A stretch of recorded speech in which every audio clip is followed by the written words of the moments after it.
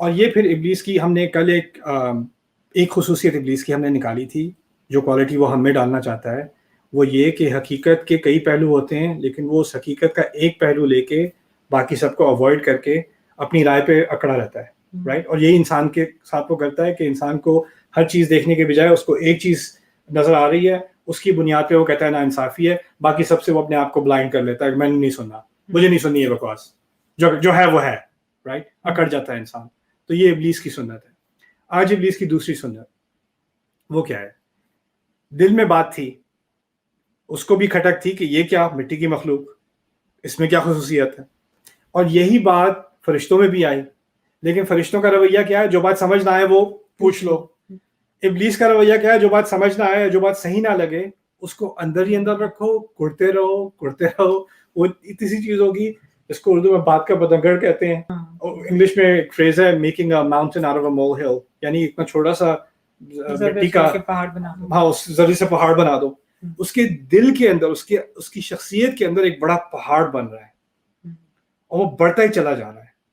اور وہ جب پہاڑ اتنا بڑا ہو جاتا ہے نا انسان کی سوچ کے اندر، وہ نیگیٹو چیز جس طرح ایک کینسر پھیلتا ہے، جس طرح ایک وائرس پھیلتا ہے، جب وہ پھیل جائے انسان کے ذہن کے اندر تو اس کو اس کے علاوہ کوئی ریالٹی، کوئی حقیقت نظر نہیں آتی. پھر وہ تمام باقی حقیقتوں سے بلائنڈ ہو جاتا ہے. ابلیس اب اس وقت تک اندھا ہو چکا ہے، اس کو اور کچھ نظر ہی نہیں آ رہا. اس نے اپنے اندر یہ بات رکھی، اور اندر رکھ کے اس کو کیوں چوز کیا گیا، اس میں کیا ہے، جواب تو مل چکا ہے، لیکن اپنے ذہن میں اس کی کتوں کی نہیں بنتی، تو مٹی کا بنا ہوا ہے، اس میں کیا ہے، اس میں کیا خاصیت ہے. تو اس نے آگے کھڑا ہو کے جواب، اللہ تعالیٰ نے پوچھا، قال ما منعک الا تسجد اذ امرتک، اس نے کہا، اللہ تعالیٰ نے کہا کس چیز نے تجھے روکا سجدہ کرنے سے جب میں نے تجھے حکم دیا تھا، اذ امرتک. اور امرتک میں یہ بھی ہے کہ ابھی حکم نہیں دیا، پہلے سے حکم دیا ہوا تھا کہ میں بنانے جا رہا ہوں. قال انا خیر منہ، کہا میں اس سے بہتر ہوں. تو جو مشہور ہے ہمارے ہاں کہ ابلیس کی جو خصوصیت ہے وہ اپنے آپ کو برتر سمجھتا ہے، لیکن برتر سمجھنے سے پہلے کچھ ڈیزیزز ہم نے پہلے ہی بتا دی نا، جن کو بھی سمجھنا ضروری ہے. تو یہ اب ظاہر ہو رہی ہے اس کی ڈیزیز. وہ کیا ہے؟ میں بہتر ہوں، اسے کیوں ملا مجھے کیوں نہیں ملا. اور یہ اصل چیز ہے جو وہ انسان میں بھی انجیکٹ کرنا چاہتا ہے. یہ تیسری چیز ہے. وہ کیا ہے؟ اس کو جاب کیوں ملی مجھے کیوں نہیں ملی. میری بہنیں ہوں گی، میری بڑی بہن کی شادی ہو گئی، چھوٹی بہن کی شادی ہو گئی، میری ان کی کیوں ہوئی، وہ کیوں خوش ہیں، ان کے بچے ہو گئے میرے کیوں نہیں ہوئے. ان کی فیملی میں یہ ہو گیا، ان کے تو بچے گریجویٹ بھی کر گئے، یہ بھی کر گئے، وہ بھی کر گئے، ان کو تو امیگریشن بھی مل گئی، ان کے تو پیپرز بھی ہو گئے، ان کا یہ ہو گیا، ہمارا کیوں نہیں ہوا. اور انسان اسی سوچ میں اسے کیوں اللہ نے اسے کیوں رحمت دی ہے، اسے کیوں نعمتیں دی ہیں، مجھے کیوں نہیں دی. ان کو کیوں ملا مجھے کیوں نہیں ملا.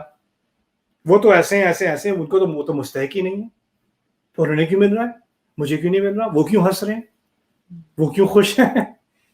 یہ جو چیز اس کے اندر ملی ہے اس پہ شاکر نہیں ہوتا نہ، اس کو جلن ہی ہوتی ہے، یہ نہیں کہ مجھے کیا ملا ہے، اس کو تکلیف ہی ہوتی ہے ابلیس کو کہ آدم کو کیوں مل رہا ہے. عجیب بات یہ ہے کہ اللہ تعالیٰ نے ابلیس سے کچھ چھینا ہی نہیں، اس کو تو اونچا مقام دیا ہوا تھا. یہاں تک کہ فرشتوں سے بات ہو رہی ہے اور جن کو بھی انکلوڈ کر دیا، اس کو ہائی کلاسیفائڈ کمپنی میں ڈال دیا.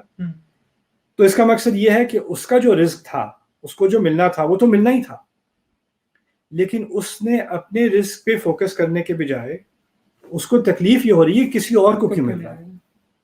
اور یہ اصل مرض ہے ابلیس کا. اور یہ جاتا ہے انسان میں یہ آ جائے تاکہ اس کو جو ملے، اور اس کے پاس جو دیکھیں لوگ کہتے ہیں میرے پاس اپرچونٹی نہیں ہے، میرے پاس موقع نہیں ہے، میرے پاس سہولتیں نہیں ہیں، میرے پاس وہ نعمتیں نہیں ہیں جو کسی اور کو دی گئی ہیں.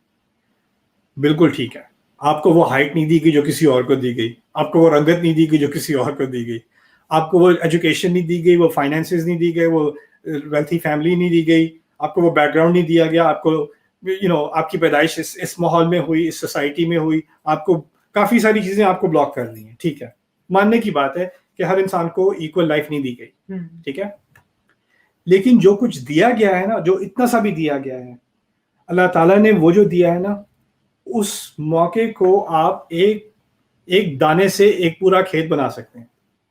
اللہ تعالیٰ نے آپ کو موقع دیے ہیں جو جتنا بھی چھوٹا ہو اس سے بڑی چیز اکمپلش ہو سکتی ہے. اب اس کی مثال آپ یہ دیکھیں کہ جب جن انبیاء کو اللہ تعالیٰ نے چنا ہے، جن کا دنیا پہ ابھی تک اثر ہے، ان کے پاس دنیا میں کیا تھا؟